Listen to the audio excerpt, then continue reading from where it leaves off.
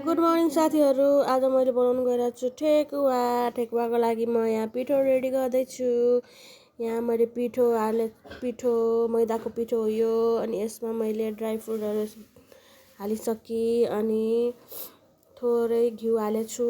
अब तेल हालेर अनि मजाले मुस्छु। अनि त्यसपछि यहाँ मैले तेल हालेँ है साथीहरू। अब यो मजाले नरम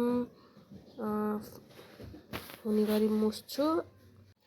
यसमा मैले घिउ र तेल मुसेर यस्तो भयो। अब यो बनाउनको लागि यतिको डल्लो भयो भने यो रेडी छ। अब यतिकोमा खस्ता पुग्छ यसमा।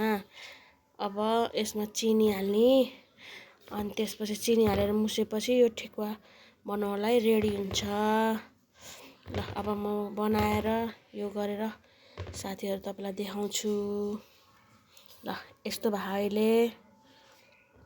यस्तो गर्दाखेरि यस्तो हुन्छ। यसमा के अरे सौँफ अनि इलायची पाउडर हालेको छु। नहाल्दा पनि हुन्छ तर मलाई चाहिँ मनपर्ने भएर हालेको है साथीहरू। हजुरहरूलाई मनपर्छ भने हाल्नुहोस्, मन पर्दैन भने नहाल्दा नि हुन्छ। अब यसमा चिनी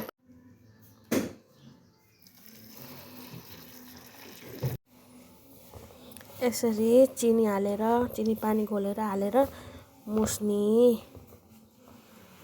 मजाले। यो मेरो ठेकुवा बनाउनलाई आटा मुसेर रेडी भयो। अब यसकै ठेकुवा बनाउने हो साथीहरू। ठेकुवा छापेर तपाईहरुलाई देखाउँछु। ल यो मेरो पहिलो ठेकुवा छाप्दैछु म।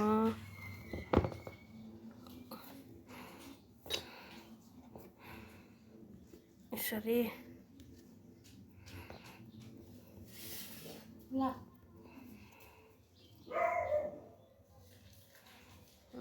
मेरो ठेकुवा भयो।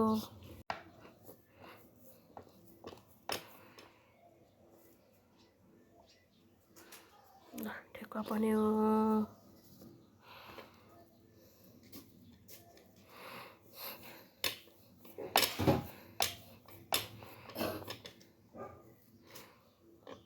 यो ठेकुवा हामीले ठोकेर भ्यायो।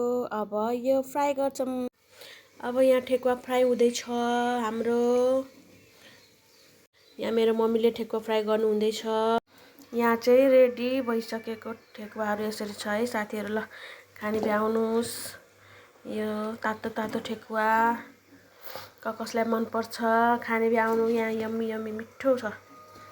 ल ठेकुवाहरू यस्तो दामी भए मेरो मम्मीले बनाउनु हुँदैछ। यहाँ फ्राई गर्नु हुँदैछ।